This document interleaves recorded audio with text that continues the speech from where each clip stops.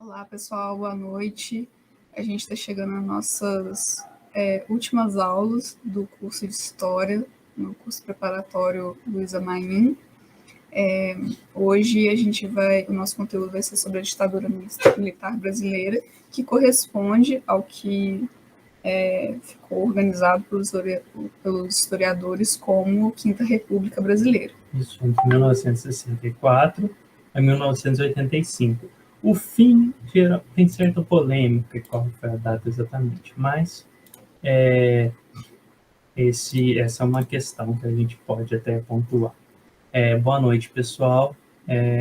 Só para pontuar para vocês, o conteúdo que nós estamos quase finalizando é o conteúdo do material do PISM 3. Bom, para iniciar essa aula, eu gostaria de começar lendo um pequeno texto para vocês, de um livro didático muito bom, do Ronaldo Vanfas, da Sheila de Castro Farias, Jorge Ferreira e Georgina dos Santos, que está nas referências bibliográficas desse slide, que depois vai virar um PDF para vocês. Aliás, com toda a aula, né, tem o PDF, né, o slide tem uma quantidade de informações muito maior do que o que a gente trabalha aqui com vocês, para vocês terem mais material para estudar. Não é mesmo? Bom, como esse conteúdo é muito, muito importante, com uma situação muito grave no nosso país, na América Latina, e nós sofremos consequências seríssimas disso até hoje, eu gostaria de ler um texto para vocês, que é justamente sobre isso: direitos perdidos, incertezas e clima de medo. Bom, esse texto diz o seguinte, abro aspas: a ditadura militar imposta em 1964 significou um retrocesso nos direitos de cidadania dos brasileiros. Os direitos civis foram os mais violentados, sobretudo após a decretação do AI-5. Os direitos mais básicos do ser humano foram suspensos. Os direitos à liberdade, à segurança individual, à livre expressão de opinião e até mesmo à vida. O setor repressivo de Estado poderia prender qualquer pessoa sem ordem judicial. O preso, sem direito a habeas corpus, corria o risco de tortura. Se morresse nas dependências policiais, não haveria punições aos culpados. Muitas pessoas foram presas e assassinadas nessas circunstâncias simplesmente porque expressaram opinião contrária ao governo militar. Os direitos civis também foram violentados com a censura prévia aos jornais, rádios e televisões. Não havia mais garantia sobre a privacidade da correspondência e da inviolabilidade do lar. Os direitos à organização e à greve foram suspensos. Também os direitos políticos sofreram um grande retrocesso. A sociedade perdeu o direito de eleger o presidente da República. Os governadores de estados, os prefeitos das capitais e de municípios considerados a área de segurança nacional. Diversos mandatos de parlamentares de oposição foram cassados e o Congresso Nacional foi fechado em várias ocasiões.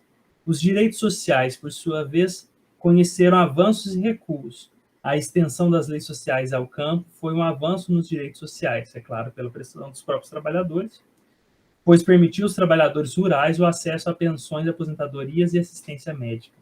Mas houve também um recuo desses direitos, como a degradação da escola pública e da rede de saúde pública.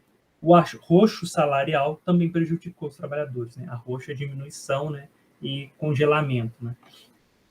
Esse texto resume, se tem algo dessa aula que eu gostaria que ficasse, é esse texto, que ele resume tudo. Esse pequeno texto, que também está no primeiro slide, ele é um resumo deste resumo. Todo direito foi retirado, certo? Do primeiro ato institucional, né, o que a gente chama de AI-1, ao AI-5.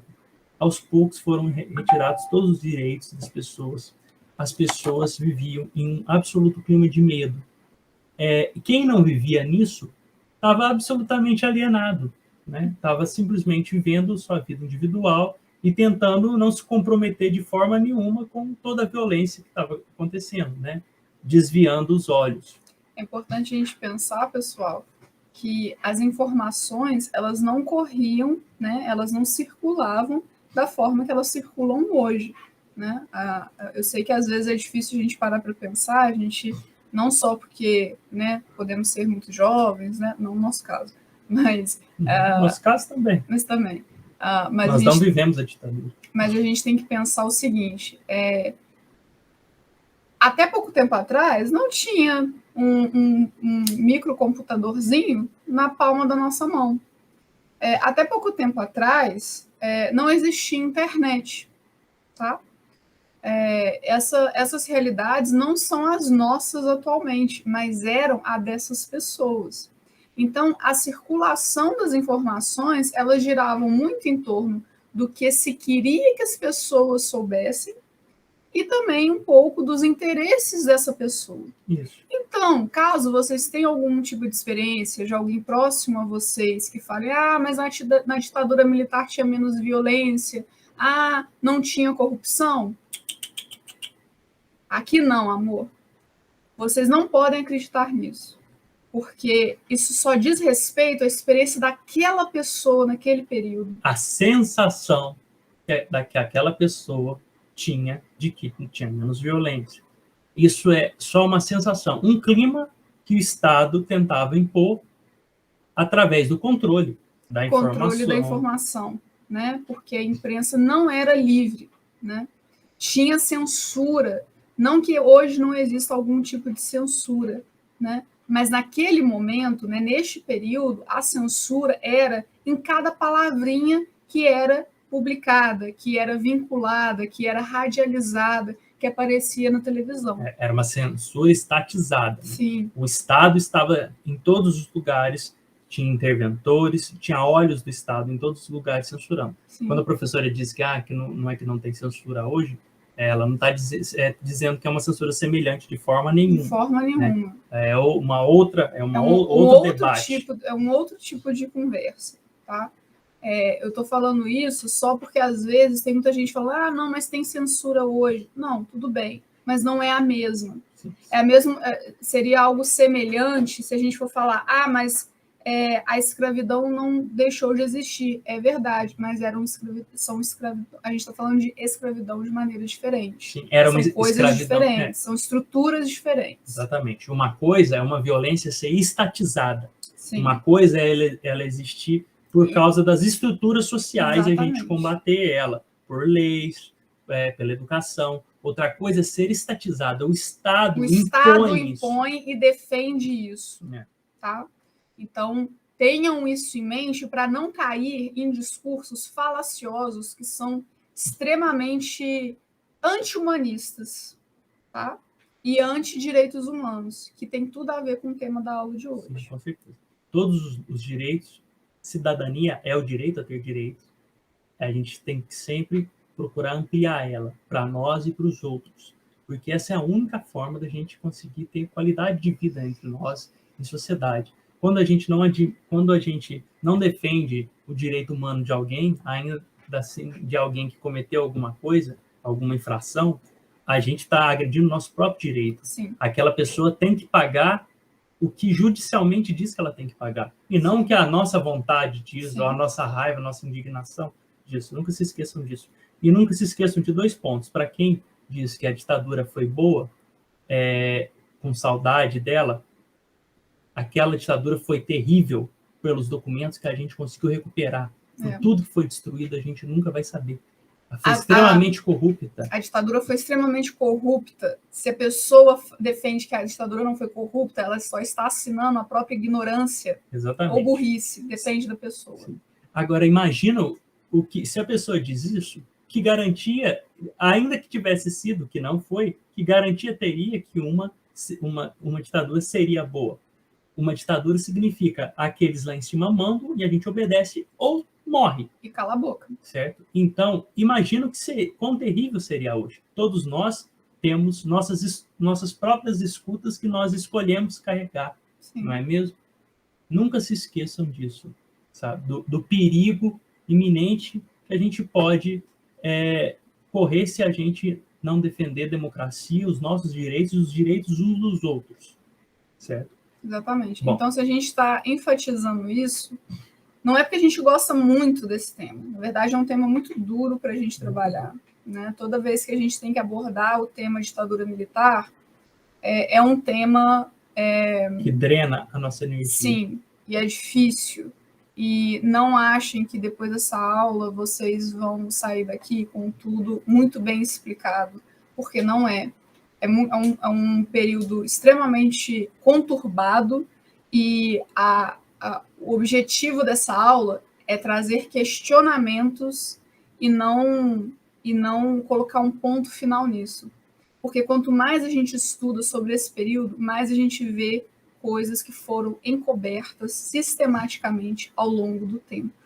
É por isso que, por exemplo, né, nos anos 2000, instituiu-se a Comissão da Verdade, né, para averiguar os crimes cometidos durante este período.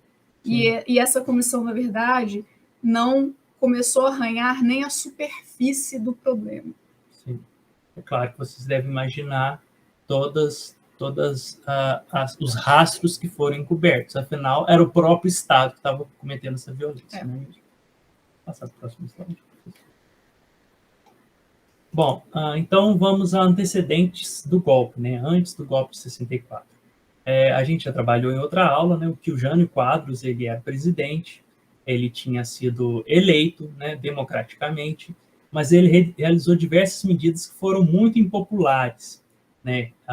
Ele não conseguiu fazer conter a recessão econômica, ele conteve salários, ele colocou uma lei antitruste, a gente já trabalhou que é truste, né, que é quando empresas diferentes, elas combinam, elas se juntam, né, digamos assim, para tentar controlar o preço e destrói como que eu vou dizer? Destrói a capacidade de... eu esqueci, professor, a palavra, quando a gente diz... destrói a capacidade de competição livre, né? Desiguala essa competição livre entre as empresas. Né? Então, ele tentou conter a restrição de remessa de lucro exterior, né? Por exemplo, uma empresa aqui como a Coca-Cola, limitar, né, quanto de lucro ela poderia colocar para fora. Fez acordos comerciais com a União Soviética, e neste momento a gente tem que lembrar, gente, que existia, né, todo esse ímpeto, todo esse clima anticomunista, né, de caça aos comunistas, a gente viu isso nas últimas aulas. A gente está na Guerra Fria, como a gente já trabalhou na aula da Guerra Fria. Sim. Comissões para investigar escândalos de corrupção, percebam, corrupção é algo que é constante na nossa história, tá? E quando há as investigações, isso incomoda muita gente, tá? Sim, com certeza. O discurso do combate à corrupção, ele é muito utilizado por governos que querem manter a corrupção. Querem manter a corrupção e querem ser absolutamente violentos, né? Porque, na verdade, eles querem cobrir a própria corrupção, por exemplo. Então, se existe alguém falando que não existe mais investigações contra a corrupção porque a corrupção acabou, eu acho que é melhor desconfiar. Pessoas assim. Um exemplo de corrupção aqui que eu acho que é importante a gente destacar é a corrupção no SPI, que é o Serviço de Proteção ao Índio.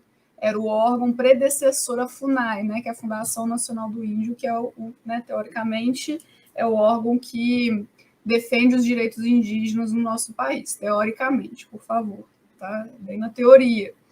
O que acontece? O SPI, nesse momento, em 1961, mais precisamente, dava início a uma investigação longuíssima, que vai se estender por toda a década de 1960, quase toda ela, contra o SPI, de corrupção, de violências contra os indígenas, de estupro, de rapto de crianças. Até de campos de concentração. Até de campos de concentração em plena metade do século XX, após a Segunda Guerra Mundial.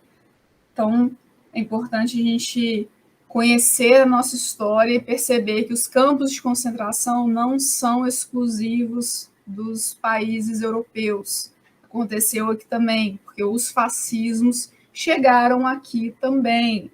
Tá? Os preconceitos, os racismos, é onde esse tipo de ação reverbera, da onde que esse tipo de ação tira forças, né, e apoio para que aconteça. Então, Em 1961, inicia-se a investigação ao SPI, ela se estende até após, né, o golpe militar, e em 1967 ela é arquivada. Esse documento, né, que foi descoberto em 2014 ou 13, se não me engano, ficou chamado como Relatório Figueiredo, né, vocês podem procurar isso depois. Esse relatório era um dossiê de denúncias que foram organizadas por uma série de pessoas, principalmente, né, por essa pessoa que era o Figueiredo, em mais de 7.000 páginas de denúncias de violências contra os povos indígenas. E o documento foi arquivado e tido como desaparecido durante meio século, até ele ser resgatado. Então, vejam bem, a corrupção existia, as violências que acontecem no país não são exclusivamente do período militar, perdão, não são exclusivamente dentro desse recorte, mas elas são, sim, intensificadas pelo silêncio, e o silêncio sobre essas violências e também sobre essas corrupções. Sim, uma das poucas imagens fotografadas que se tem de pau de arara sendo utilizado é de um indígena. Do povo Krenak, em Minas Gerais. Sendo torturado. O que acontece é o seguinte, durante aquela ideologia de não respeitar a forma dos indígenas de viver, das suas maneiras, e querer que eles sejam assimilados, que eles abandonem sua cultura e passam a viver só da nossa forma, obedeçam a gente, a forma como os ocidentais vivem, isso foi imposto de forma ainda mais agressiva durante a ditadura militar. As crianças eram raptadas das suas famílias e enviadas para seminários. Sim. Assim como aconteceu no Canadá e foi denunciado agora recentemente. Sim, onde elas eram ensinadas que tudo o que os pais, que as famílias delas defendiam, acreditavam, era bobagem, era associado a coisas pejorativas, a partir da religião também. Então, a gente precisa questionar essas estruturas e desconfiar muito de quem quer defender algo tão violento. A gente faz esse parênteses porque, geralmente, nos livros didáticos, não se falam dos indígenas. Geralmente, né? Não se falam dos indígenas, a gente não, é como se eles não existissem. Como se eles Depois do período colonial, como se eles não existissem. E durante a ditadura eles sofreram, como a professora abordou muito bem aqui agora. E resistiram amplamente. E sofreram uma violência muito específica, né? E resistiram a ela amplamente. Mas, dando continuidade, ao fim, o Jânio Quadros ele não conseguiu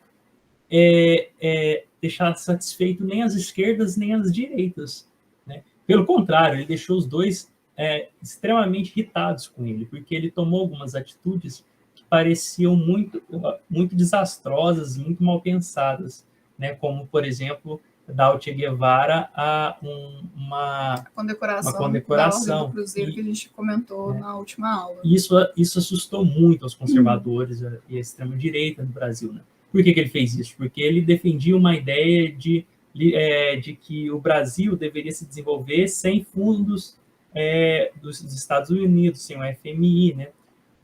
Sem fundos internacionais. E como Che Guevara pensava isso, então essa foi a justificativa dele. Porque o Jânio Quadros absolutamente não era comunista, não era socialista. Não era socialista. Bom, enfim, ele deixou todos os posicionamentos políticos muito satisfeitos com ele.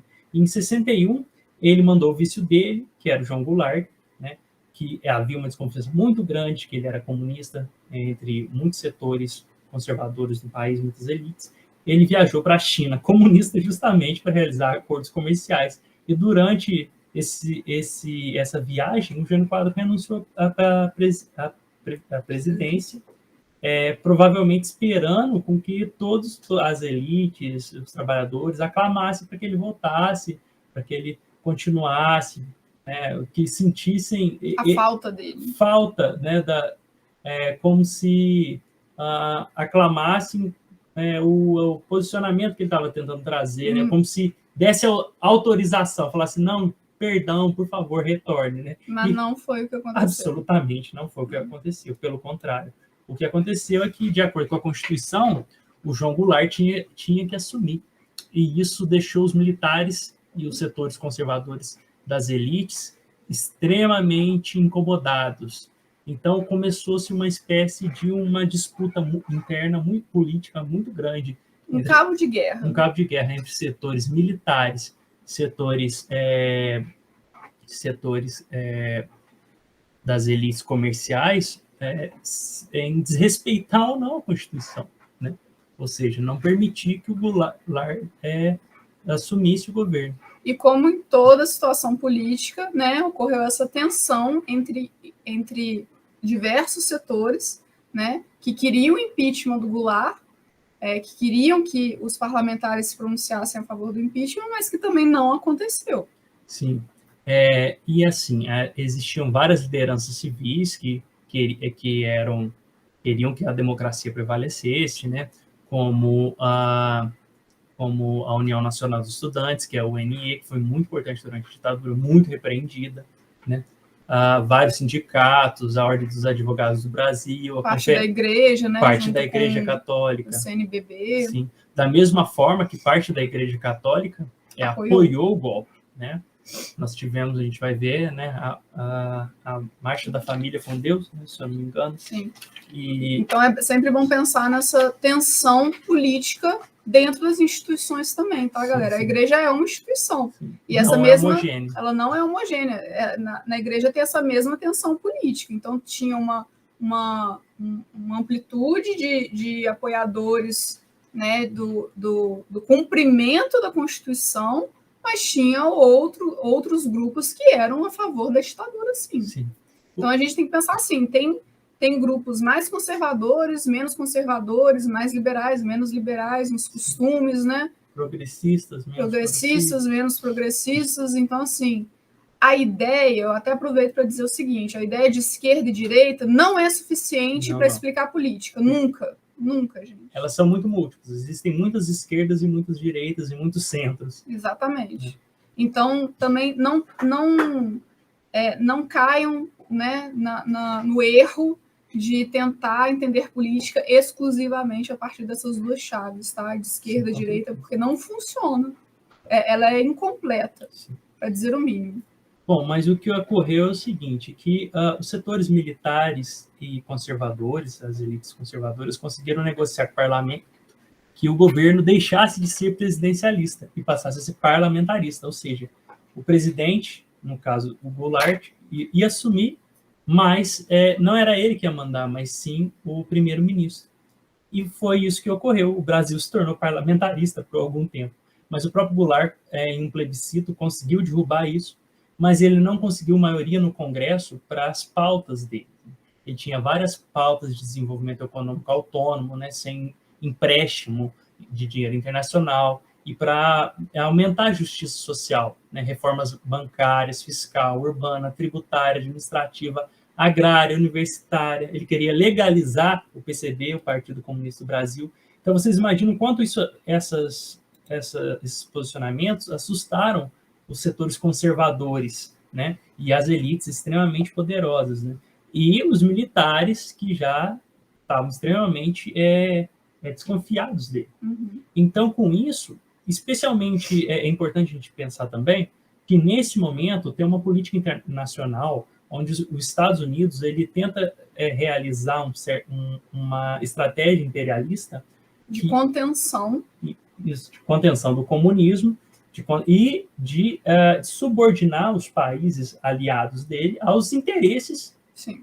fiscais, econômicos do próprio Estados Unidos. Então é importante pensar que nesse momento também, né, acontecia a Revolução Cubana. Né? Então, o contexto da Revolução Cubana influenciou fortemente, né, as ditaduras no restante da América Latina. A gente vai ver um pouco mais detidamente nisso numa outra aula gravada, mas é importante a gente não pensar o Brasil de maneira isolada do restante da América Latina. O Brasil é mais um país da América Latina que passava por um contexto, né, começava a passar por um contexto de ditadura, também baseado, né, na ideologia de frear o comunismo iminente nos demais países. Então, a força da ditadura vem também de um ódio ao comunismo, né? De um medo, um ódio barra medo do comunismo. Sim. E o medo, como a gente já vem trabalhando, né, há algum tempo, é um sentimento muito importante, né? Ele mobiliza fortemente as pessoas. Sim. E como isso consegue ser reciclado, né? Como tem sido atualmente. Uhum. E esse medo, essa ameaça, né, nunca, como nós historiadores, nós sabemos que nunca teve potencial de se realizar. Né? É claro que existem pessoas, setores... né, mais radicais. Sim, mas nunca teve esse potencial. Né, não. E a gente tem que pensar também o seguinte, gente, que é uma coisa que é um tanto quanto óbvia, mas parece que as pessoas esquecem disso, né? O Brasil é o maior país da América Latina. Ele é um país de proporções continentais. Ele não é uma ilha como Cuba. É muito mais difícil manter o controle e disseminar uma revolução como que aconteceu em Cuba, um país como o Brasil. Que é um dos motivos dos problemas de sustentação das próprias ditaduras de extrema esquerda que nós tivemos, né, também. Bom, mas eu quero destacar duas coisas importantes aqui. É que 2 institutos foram muito importantes para derrubar o Goulart, que é o Instituto de Pesquisas e Estudos Sociais, o IPES, que tinham políticos, empresários e militares de extrema-direita e de direita, de outros posicionamentos de direita, que estavam absolutamente contra ele, e o outro, o Instituto Brasileiro de Ação Democrática, e democrático ele não tinha nada, né, o IBED, que ele gerenciava dinheiro que vinha dos Estados Unidos para apoiar parlamentares contra a reforma agrária. Em diversos países da América Latina, os Estados Unidos financiou ditaduras que defendessem o posicionamento, os interesses dos Estados Unidos na América Latina. Foi o caso do Brasil. Isso sabe-se disso claramente hoje em dia. Né? Uhum. Foi o caso do Brasil. Houve países na América Central que produziam bananas, para vocês terem ideia, bananas que eram muito consumidas nos Estados Unidos, que ditaduras foram estabelecidas ali só para garantir de que o comércio de bananas fosse sustentado de acordo com os interesses estadunidenses, para vocês terem uma ideia do quão intensa era essa doutrina estadunidense de tentar controlar e financiar os governos para manter os interesses deles, certo? Então, ele financiava derrubar governos que na paranoia comunista poderiam ser comunistas, socialistas, ou que não atendessem aos interesses econômicos do próprio Estados Unidos. E por conta da paranoia, uma das coisas, né, que obteve o apoio civil, né, uma das, tá, gente? É porque, por conta dessa paranoia comunista, né, e aí, né, difundia-se a ideia de que os comunistas necessariamente são ateus, ocorre a Marcha da Família com Deus pela Liberdade, porque criava-se esse clima de que o comunismo era contra Deus, era contra a liberdade, e por isso, né, esses grupos, né, da população civil apoiaram, né, o presidente ser deposto, né, logo em seguida. E aí a gente tem que pensar o seguinte, gente, a ditadura militar no Brasil ela foi uma ditadura civil-militar. Tá?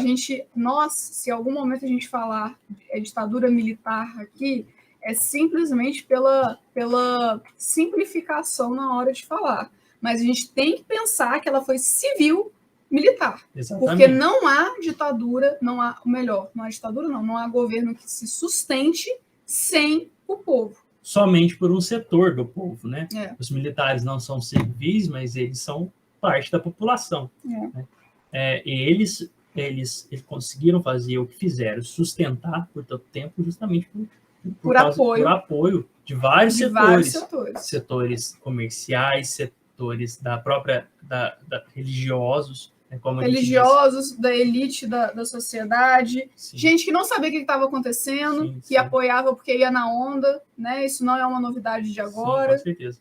E como a gente apontou, da mesma forma que... Gente com medo, tá, gente? Desculpa te interromper, professor. Claro. Gente com medo de que pensava o seguinte, acho melhor apoiar para que isso não sobre para mim, tá? Então, todas essas pessoas existem e vão continuar existindo. E os grupos não são homogêneos. Não se esqueça que entre os próprios militares existiam alguns que eles eram contra o golpe, eles eram a favor da manutenção das instituições democráticas. E nós também, da mesma forma, eu falo sobre a igreja. Né? Da mesma forma que alguns grupos religiosos da Igreja Católica apoiaram o golpe, né? Muitos ficaram contra, né? Como a gente já disse, né? A CNBB, ela foi contra. Tem um filme também, gente, se vocês puderem ver, acho que é importante, chama Batismo de Sangue, e fala justamente, né, de partes da igreja que se colocavam contra e lutavam na resistência contra a ditadura. Isso, a gente vai chegar lá e vai falar mencionar justamente esse filme, em um determinado momento, junto com alguns outros, logo ali na frente. Bom, como a professora adiantou, é um golpe civil-militar, né, de 64. E por que ele foi um golpe civil-militar é o que a gente está apontando, né? Ele teve apoio de grande parte da sociedade civil. E argumentando esses militares e parte dessas elites que a população não sabia votar, não sabia escolher seus líderes, ou seja, é um desrespeito à soberania do voto popular, certo? Reciclando novamente a ideia da ameaça dos comunistas, dos trabalhistas. Existia uma pressão muito grande naquele momento pela reforma agrária, que até alguns grupos das elites acreditavam que era necessário realizar mesmo. Mas que eram defendidos majoritariamente, tá, gente? Claro que a gente tem que pensar que nada é homogêneo, tá? Mas que era defendido majoritariamente por opositores políticos à esquerda. Exatamente. E por isso eles foram sistematicamente perseguidos desde o início da ditadura. Exatamente. Tem um militar, que eu não me lembro o nome dele agora, fazia parte do governo da ditadura, e também não interessa, até para a gente não se deter nomes, né? O nome dele na história, ele não merece, que ele disse que como que uma população não sabe nem escovar os dentes direito, vai poder votar. Isso é uma percepção extremamente elitista e desrespeitosa da soberania popular. Entende? As pessoas pensam, as pessoas têm o direito de escolher os seus líderes. E elas discordam. Alfabetizadas ou não, as experiências das pessoas fazem com que elas tenham suas próprias realidades, suas próprias formas de pensar, certo? Isso é um absoluto desrespeito. Né? Sim. E aí, com isso, né, o golpe foi dado no dia 1º de abril, né? Parece mentira, mas não foi. Nossa, piada de professor, gente. Bom, mas enfim, então com isso várias instituições foram perseguidas, né? Assim que o golpe foi realizado, né? Sindicatos, mais precisamente, né? A UNE, né? O Instituto Superior dos Estudos Brasileiros. O prédio da UNE foi incendiado. Foi incendiado, né? Junto com o prédio do ISEB, né? O ISEB foi destruído, que era a principal instituição de pesquisa de história do Brasil. Percebo como história sempre é a primeira a cair nesses momentos. Geralmente a história ela é atacada brutalmente, né, nesses momentos onde esses governos autoritários eles querem controlar o que vai ser dito sobre eles. Sim, então a imprensa e a história são a gente vive algo semelhante nesse sentido, que se inspira, mas ainda, né, felizmente, perante a resistência que existe hoje, não tão forte, né? A gente não enfrenta uma situação tão forte e agressiva quanto a que a gente está estudando agora. A gente vive uma democracia, ainda que ela tenha... Ainda que com muitas falhas e muitos problemas, ainda vivemos uma democracia, senão a gente não poderia nem estar tendo essa aula hoje. Exatamente, ainda que com muitos autoritarismos. Sim. Por isso, a gente sempre dá essa aula alertando a importância de valorizar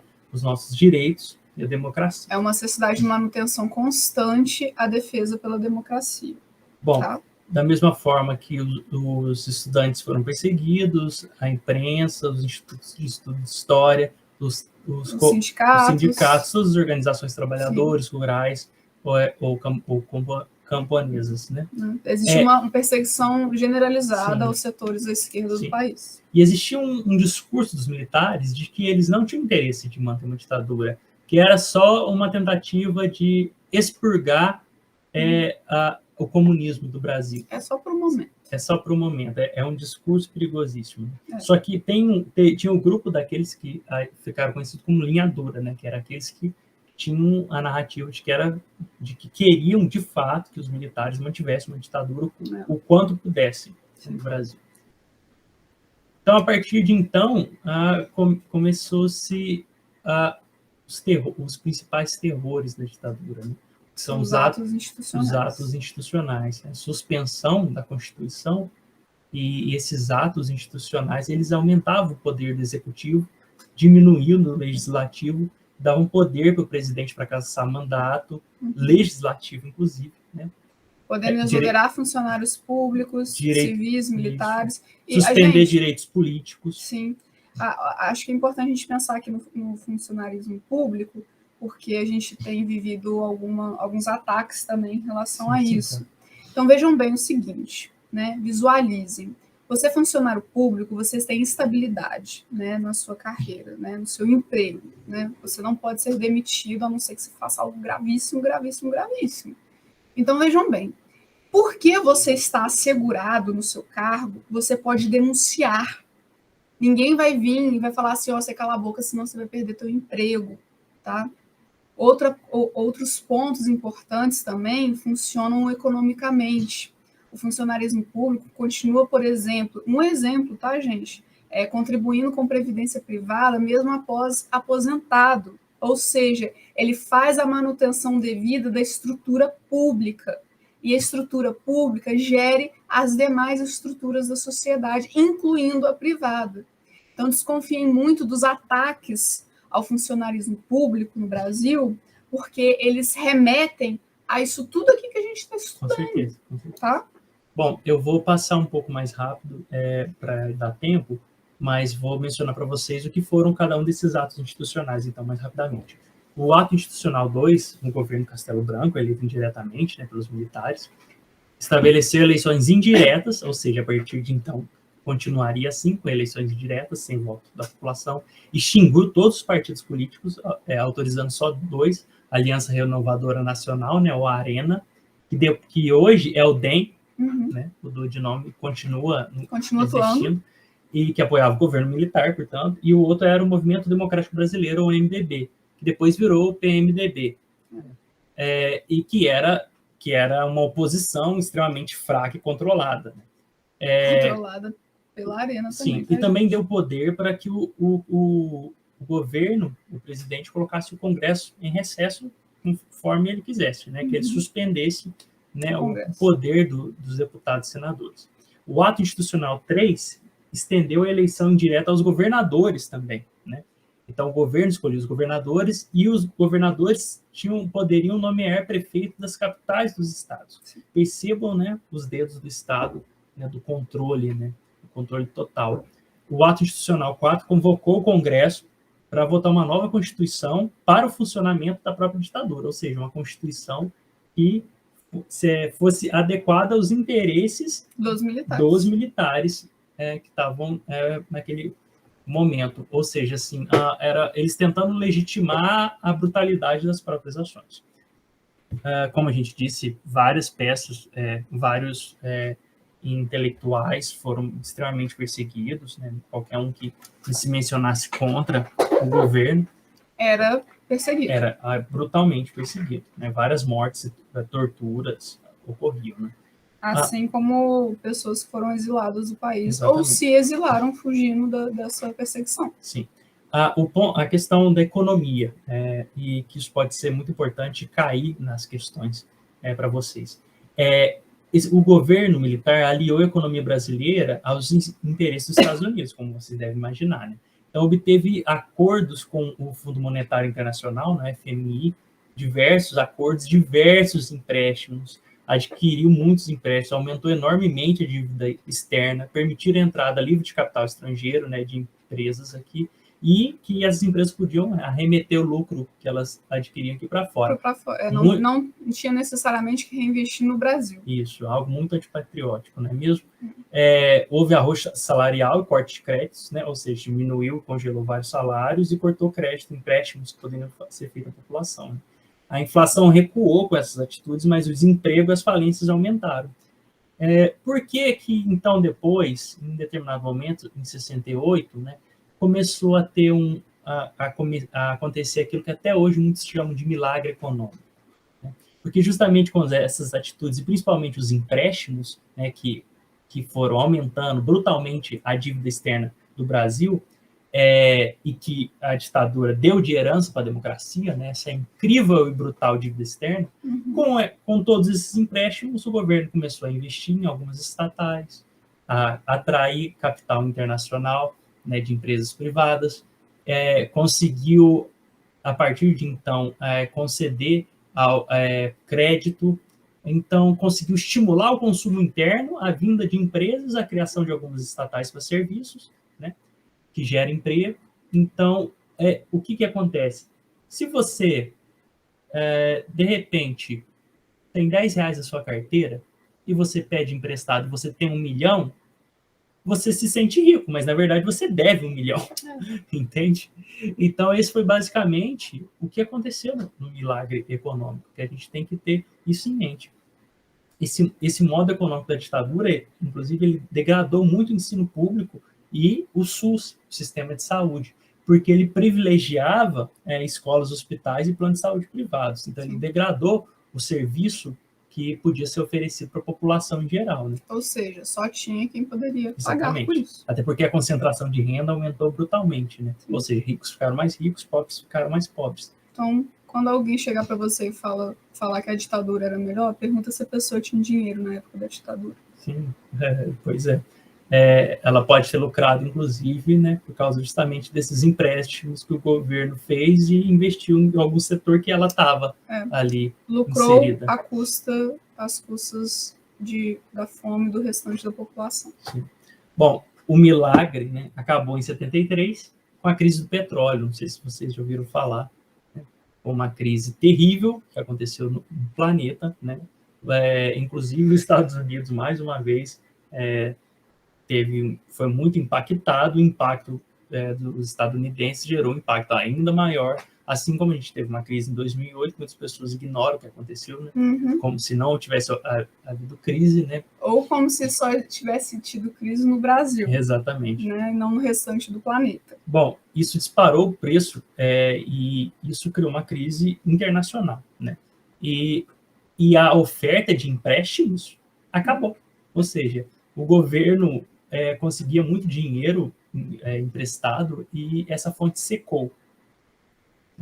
Então, começou a ideia do milagre econômico começou a ficar balançada. Sim, até porque o Brasil consumia 80% do petróleo que o Brasil consumia era comprado, né, com um preço disparado do barril de petróleo. Né, a dependência industrial é muito grande do petróleo, então imagina. Por isso que a autonomia, né, a autonomia nacional sobre o petróleo é tão fundamental. Exatamente, e governos que não defendem isso é muito antipatriótico. E desconfiem de quem fica falando que o preço da gasolina é por conta de impostos estaduais, tá, pessoal?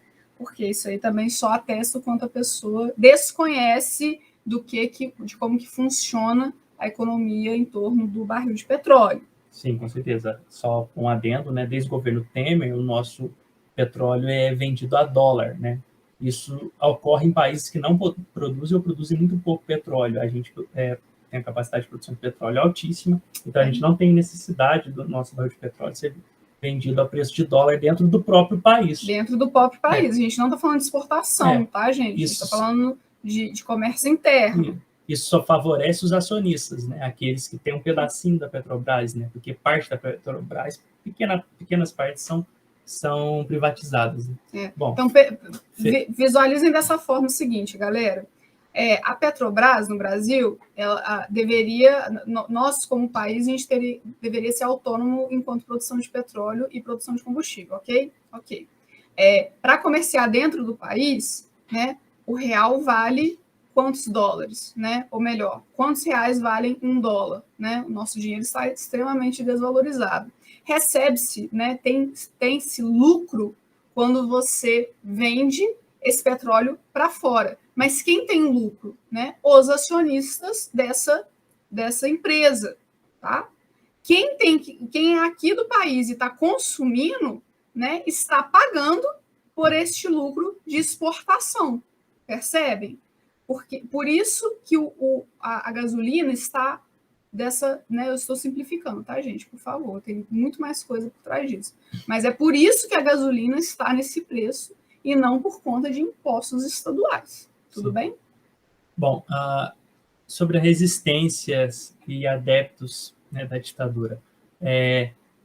O próximo presidente que foi eleito, né, o Arthur da Costa e Silva, ele também era da linha dura, né, e ele oprimiu ainda mais, perseguiu ainda mais os opositores ao governo. Não se esqueçam, né, o governo tentava justificar a manutenção dele, que era destruir a ameaça comunista, né, e essas bobagens, essas fantasias. Então, durante esse governo,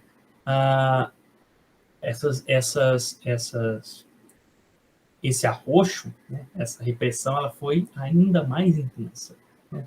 Quanto mais a partir do AI-5, que ele tirou todo e qualquer direito que qualquer pessoa tinha, até sobre o seu próprio corpo, sobre sua vida, até sobre sua morte. Bom, com isso, alguns grupos, alguns setores da esquerda começaram a se organizar e acreditar que a única forma de combater o governo era por uma luta armada, né? O próprio Leonel Brizola, ele tentou organizar isso. Leonel Brizola, em 61, ele era governador do Rio Grande do Sul. Sim, né? Sim. Essa radicalização das esquerdas, né, que muitos debates se é legítimo ou não, né, mas lutar contra um governo extremamente opressivo e violento, né? Bom, enfim, muito se debate se é legítimo ou não, né, eles pegarem em armas contra o governo, mas o que acontece é que o governo usou isso de desculpa para ser ainda mais brutal e violento. E também houve vias institucionais que buscaram redemocratizar o país, né, através da lei, através do diálogo com a população, né? O Juscelino Kubitschek e o próprio João Goulart, eles acreditavam nessa possibilidade. Né? E o ex-governador Carlos Lacerda, que apoiou o golpe militar, se juntou aos dois para criar a Frente Ampla e tentar a redemocratização do país. Tentar empolgar o país na possibilidade da redemocratização. E aí, no âmbito cultural, isso também teve forte impacto, né? Artistas como Chico Buarque, Gilberto Gil, Caetano Veloso, Milton Nascimento, que a gente esqueceu de colocar aqui no slide, fizeram parte, né, desses artistas que se colocavam abertamente contra a ditadura, né? E faziam e organizavam festivais de música e protestos contra, né, essa situação toda que se encontrava. Sim. Como vocês devem imaginar, essa frente ampla do Kubitschek, do Carlos Lacerda, de João Goulart foi considerada ilegal, claro. Foi proibida. Aliás, as pessoas não tinham o direito de se reunirem, né? Não tinham o direito de ter opiniões, de opinar, né? De manifestar o seu posicionamento. E a insatisfação popular começou a crescer muito, especialmente com determinados atos de violência públicos que escancaravam muito com os porões da ditadura, eram sujos e sangrentos. Como foi o caso do assassinato do estudante Edson Luiz Lima Souto, ele tinha 18 anos, ele foi morto num restaurante. Isso. Pela polícia.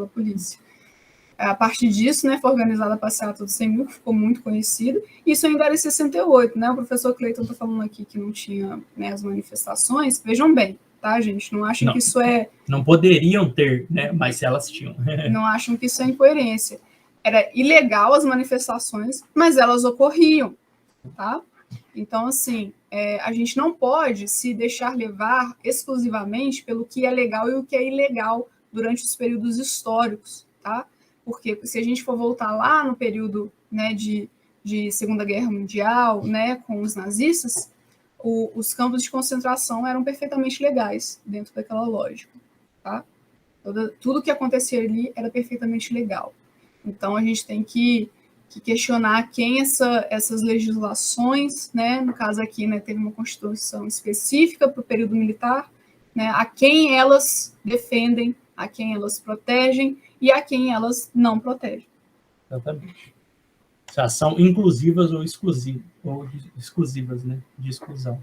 Bom, a oposição aumentou, né, a repulsa da sociedade foi aumentando cada vez mais com esses atos, e a repressão foi aumentando cada vez mais.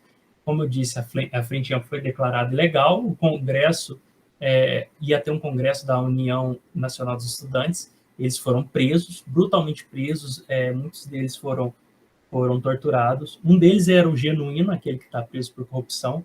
É lógico que, sendo corrupto ou não, nesse momento, isso não apaga a luta que ele teve contra a ditadura naquele momento. Né? E então foi decretado o ato institucional número 5, em 1968, que foi o pior momento da ditadura. Começava o pior momento da ditadura. Considerado, então, os anos de chumbo, porque daí em diante é que não se havia mais ninguém, o direito de qualquer um poderia ser suspenso, qualquer direito sobre o próprio corpo, sobre qualquer tipo de manifestação, sobre qualquer tipo de liberdade de expressão.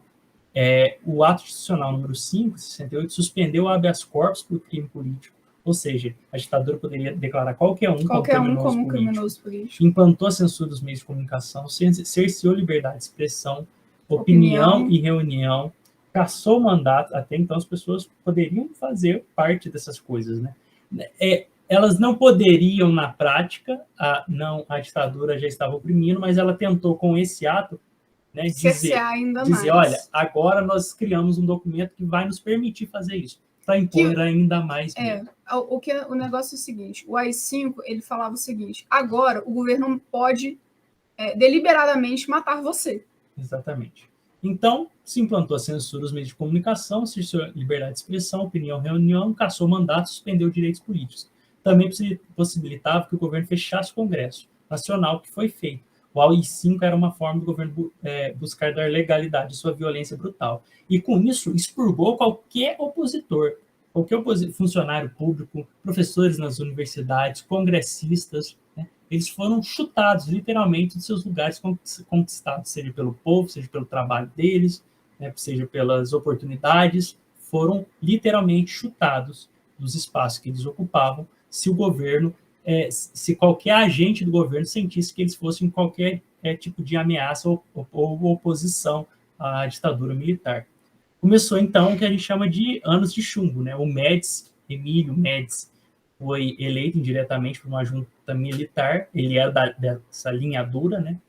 E foram os piores anos da ditadura, como a gente está enunciando. Mas até então não existia aquele crescimento econômico que a gente estava mencionando, né? Os resultados de todos aqueles empréstimos começaram durante o governo Médici. E durante o governo Médici que surgiu o tal do, entre aspas, milagre econômico. Milagre econômico, gente, é um termo de propaganda. Exatamente, tá? Cunhado pela própria exatamente. É um termo criado pela ditadura para fazer propaganda da própria ditadura. Exatamente. Tá? E é por isso, né, que com os investimentos chegando, né, ter esses empréstimos que vão ser cobrados mais tarde, parte da população começou a simpatizar. Sim, exatamente. Com a situação toda. Porque tinha dinheiro. Isso, com a melhora da situação econômica, parte da população passou a simpatizar pela ditadura e muitos empresários, eles passaram a financiar a própria ditadura, inclusive financiar os órgãos de repressão. Sim. Bom, só para mencionar, a única instituição que o governo não tinha total controle era a Igreja Católica. Isso é importante, porque da mesma forma que alguns setores da igreja apoiaram e foram contra, no final do regime, eles foram importantes para finalizar, para lutar contra a ditadura também. Inclusive, foram encaminhados, né, para os DOI-CODE, né, que são os destacamento de operações de informações e centros de operações de defesa interna, né, que eram os lugares da tortura. Tá? Eram os lugares onde diretamente as pessoas eram torturadas, era a instituição mais violenta da ditadura, né, que matou, desapareceu centenas de pessoas e que nós sabemos hoje, eles foram ensinados por agentes, né, estadunidenses. Eles tiveram ensinamentos de agentes estadunidenses. De tortura, gente. Tortura, de assassinato e de como acobertar isso tudo. Exatamente. Tá? Então, é nesse momento aí também, né, que parte, né, de empresários, tá? E empresários civis, tá? A gente está falando da parte civil da população. Eles estavam satisfeitos com esse milagre econômico, com essa propaganda que foi cunhada, e financiavam não só o governo, né, o regime, mas a repressão que esse regime exercia. Né? Essa era uma forma de tentar sustentar uma manutenção sobre aquela situação toda. Bom, o início do fim da ditadura, né? Então então serão 2 aulas sobre o tema. Até a próxima. Até a parte 2, galera.